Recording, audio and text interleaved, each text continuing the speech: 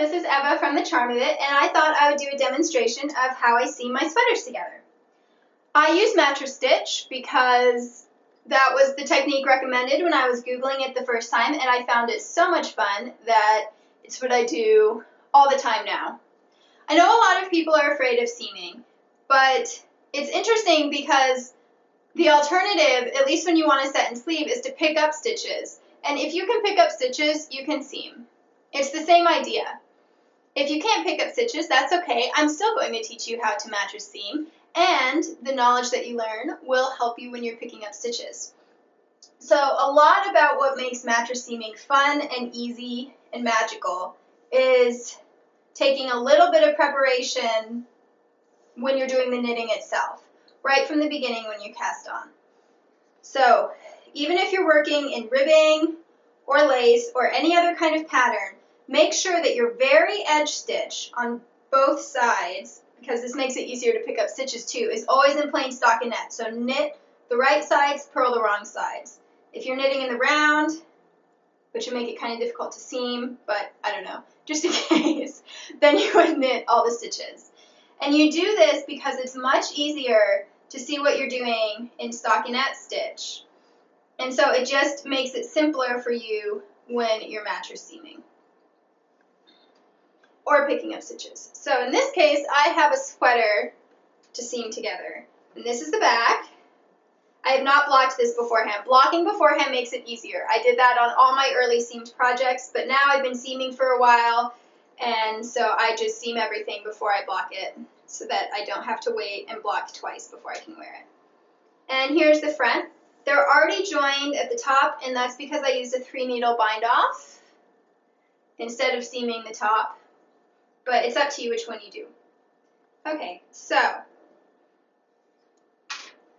fold it together, or place it together, right sides together, and we're going to seam these side seams one at a time.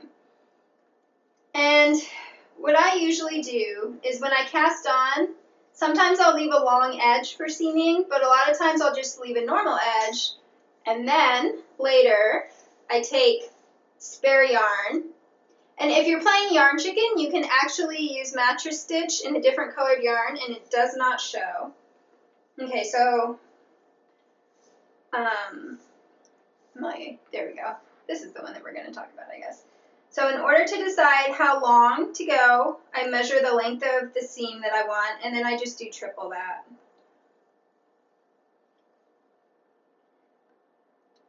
Break that. So now you've got your seaming length. And as I said, on this side, there are no ends for me to join the yarn, but on this side there are. So what I like to do is just felt those two ends together. That way I don't have to guess how much yarn to leave when I'm doing a cast on, but I still am not having more ends to weave in. I'm going to dip this in my tea because that is what is handy.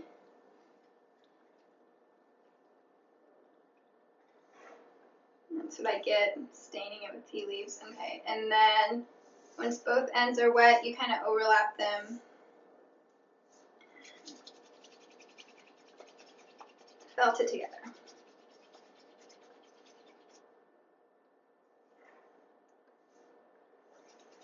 I usually do it a few times just to make sure, because you don't want that pulling apart.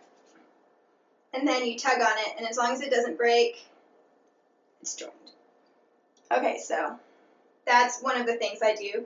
But I'm going to seam this side first because it works better with the camera, and that way I won't be constantly going in and out of focus. So since I don't have a join for this yarn, I'm going to do triple the side seam plus about 6 inches to weave in on the bottom.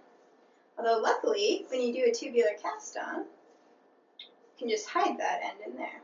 And if you're wondering, this is waist yarn from the tubular cast on. That's not sweater yarn. That's why I can't join it. Okay, so it's about one length, 1, 2, 3, and then about 6 more inches, which is 15 centimeters. And you are ready. So Thread your needle.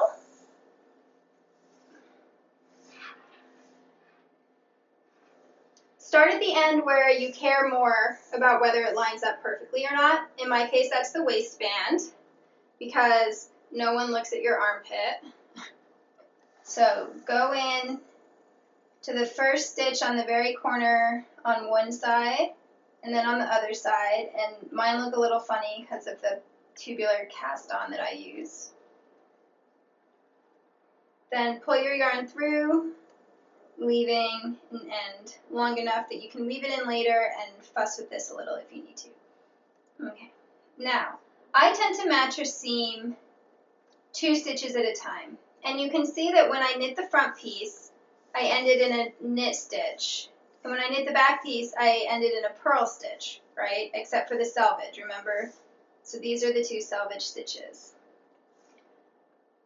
And I did that so that when I seam it together, these 2 selvage stitches will disappear and the ribbing will go flawlessly. Okay, so that means that when I'm seaming on the back pieces, I'm going in under the left leg of the purl bumps, right? So purls, they've got one on top and then they've got a loop, 2 loops, one to the right and one to the left, and you go under the right legs. And as I said, I like to go 2 stitches at a time. So go under 2 purl bump legs. And the first ones are the fiddliest because that's when your yarn end is the longest. It's just like knitting into the cast on edge is always far fiddlier than anything else. And now on this side, I'm going in between 2 knit stitches. And so if you kind of pull them apart, there's a bar. And I hope, let's see. Okay, so this is my selvage stitch, so that's knit, and this is one knit, and you can tell because of the V's. This is a twisted knit, that's why it looks a little weird. So V, V. So you go in between the V's, and there's a little horizontal bar. So you want to go under the first 2 of those. Here's what 3 looks like. That's what 1 looks like. We're aiming for 2 because we want them to match. And it can be a little tricky at first. So here's what it looks like if you've gotten through the middle of the first of your fabric knit stitches. Instead of there being a horizontal bar on your needle, now there's kind of a loop looking thing. So that means that you need to pull the needle back out and try again. If you go in through the selvage stitch knit, the same thing happens. It looks more like a loop than a bar. You're aiming for that bar right in between. If you tug up on your needle, then you can kind of see that there's a knit stitch to either side. And generally, when you're mattress seaming the sides of a sweater, you have the same amount of rows on each side, hopefully. So as long as you seam 2 rows at a time, then it'll match up. However, sometimes you might need to fudge it a little, and I will show you that once we get to a place where it'll be really obvious, like the ribbing and the lace. So once I've done a few, probably about 4, I pull it closed, and look at that. It just looks like ribbing, except for down here, but we'll fix that later. That's because of the tubular cast on. So on the wrong side, it now looks like there's 2 little knit stitches hanging out together, and that's your seam. This is why I love mattress stitch. Okay, so once I pull it tight, then I tug the yarn, or the fabric, so that that last one is loose again, and then I can see where to go in. And if you ever get distracted and you're not sure where, whichever side the yarn is coming from, you go in the other side. So since my yarn is coming from the back piece, I'm going into the front piece. And you can, I mean, it's up to you how many rows you want. I'm not really sure why I settled on 2. Amy Herzog probably does too, because it was her blog posts that I used the first time I mattress seamed. I just find it a good number.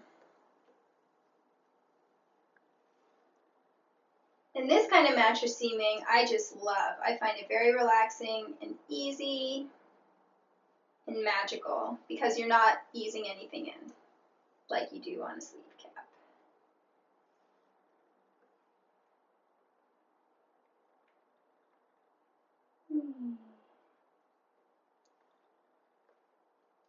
So now I've got about 4 or 5 lines, so now I'm just going to pull it tight.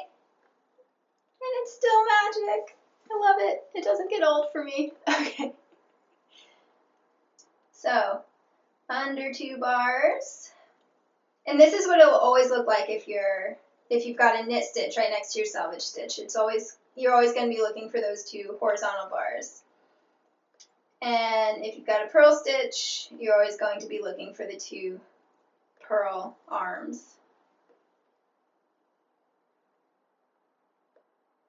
I can't stress how much easier this is if you do a selvage stitch on each side.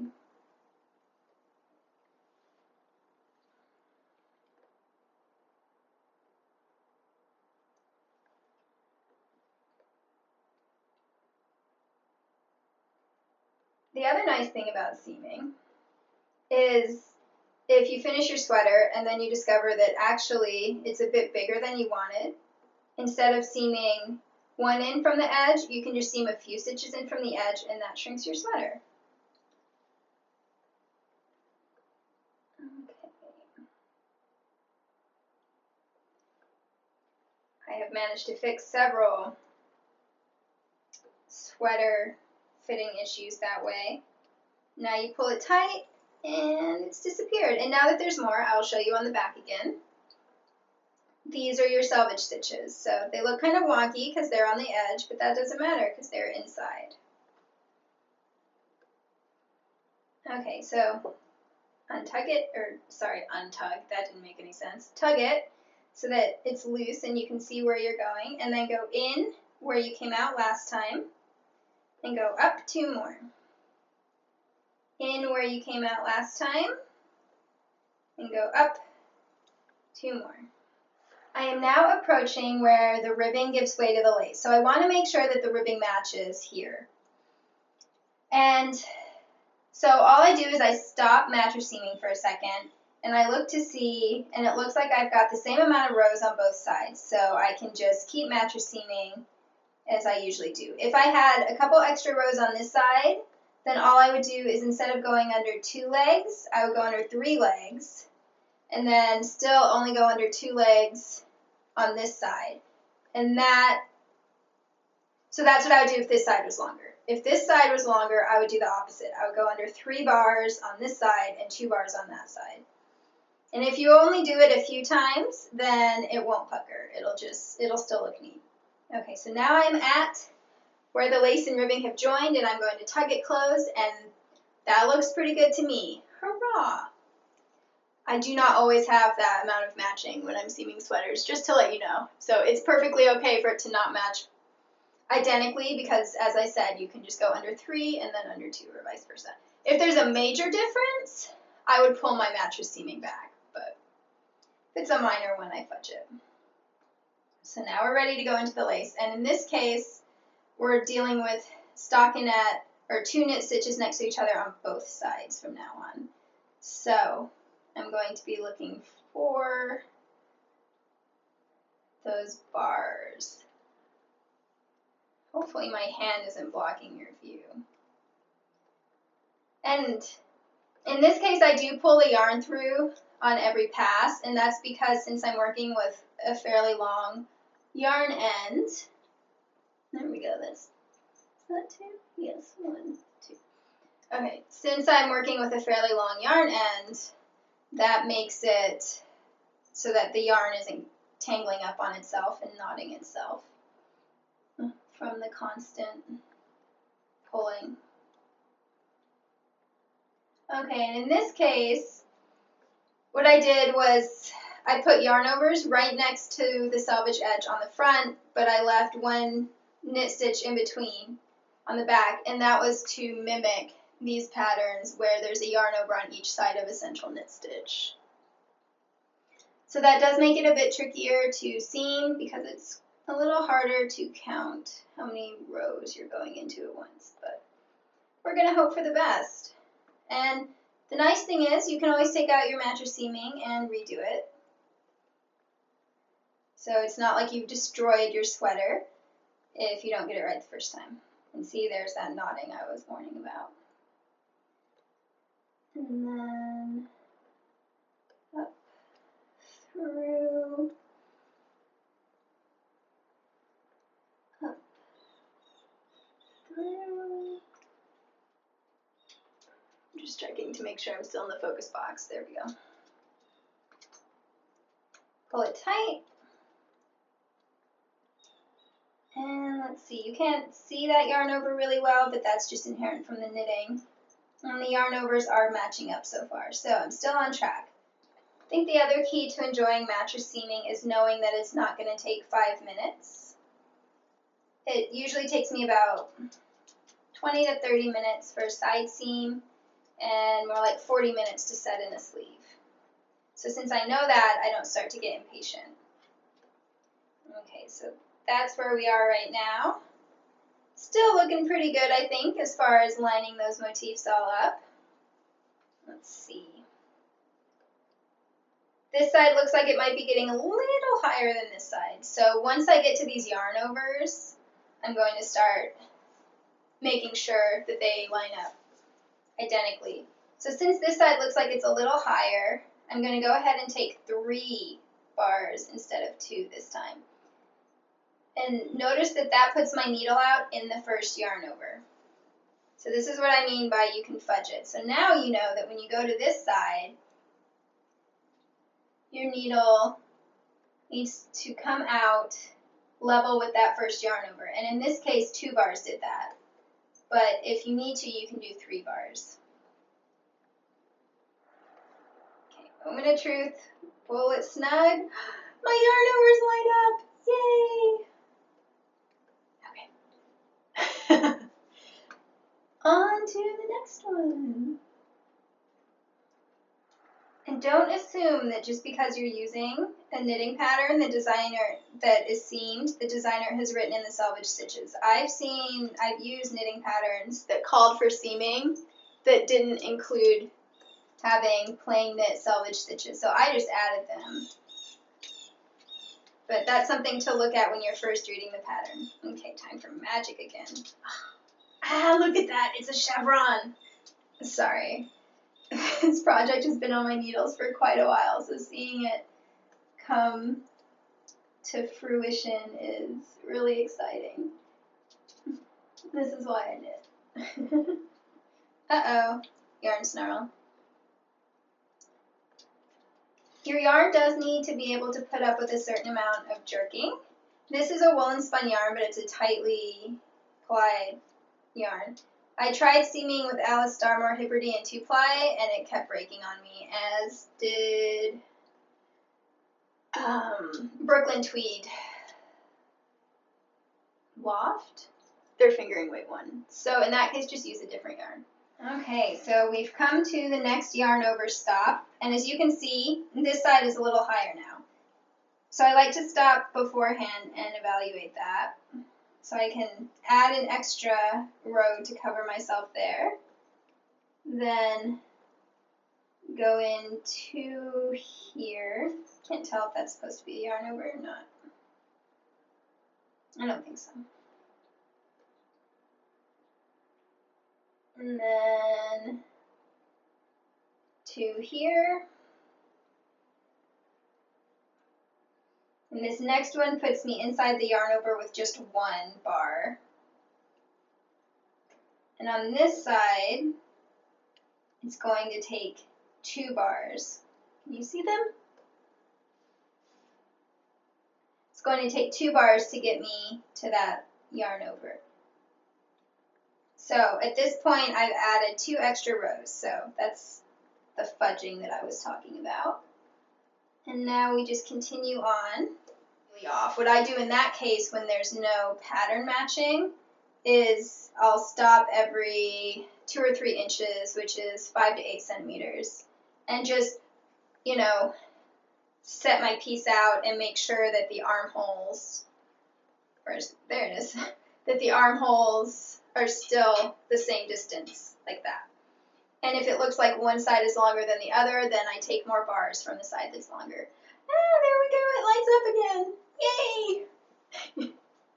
I was really afraid that I had somehow managed to knit the back piece with a few more rows between yarn overs, because I had a higher stitch count. I don't know. So I wasn't really sure if this would work or not, but I really wanted to film mattress seaming for you guys because I love it so much. And I was afraid of it before I tried it too, because I'd read all that stuff about how difficult it was.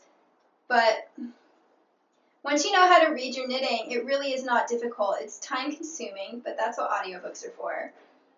And I just really love being able to knit sweaters in pieces. I find it much more comfortable on my hands and wrists because it doesn't weigh as much. And I find that the finished sweaters don't need to be washed as frequently because they're not coming out of shape.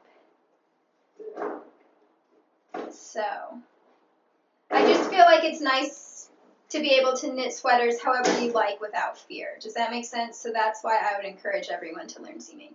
If mattress seaming, ready? Magic! Ah, oh, look at that. Okay, if mattress seaming isn't for you, Andrea, of Fruity Knitting, has done a tutorial on how she seams, and she does not use mattress stitch, and her seamed garments always look incredibly beautiful and impeccable. So go try her method if this one doesn't work. I have almost finished the seaming. I've got about an inch, 2 to 3 centimeters left. And so this is when I always stop and I just try to make sure that I have about the same amount of rows on each side. Here it looks like this one might be a little longer than this one. So on the other hand, I also just finished with one of these. So what I will do, if that is the case, is make sure that I'm just picking up an extra bar. So 3 here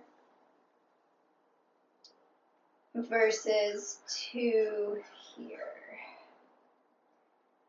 And then I like to alternate the extra bars with doing one where they match. So 2, 2, and then looks like I might need to do one more extra one. So let's see, 1, 3, 2, and then finally, right up into that bind off is 2 on that side, and 2 on this side. Okay, and then tug it, and there's your side seam. As I said, it'll look even better when it's blocked, but it already looks pretty nice to me. So that's the outside. Here's the inside. As you see, my yarn broke, and so I just went ahead and left that yarn in to weave in and just put the yarn back through. But here is the seam on the inside. That's a great place to hide your ends. It's really easy to weave them in there. And I don't feel it when I'm wearing a sweater. I don't feel that selvage stitch edge. So that is how I mattress seam on 2 flat pieces that have the same amount of rows. So side seams. I'm trying to think of other contexts where I've done that. A pillow, I'm about to mattress seam a pillow, and that'll be the same idea there. I will record another demonstration of how I seam a sleeve cap, this funny looking thing, into here. But that'll have to wait for another day. Oops. I hope that you enjoyed the tutorial and that it was helpful. And, oh, sorry about that. I will see you later. Bye.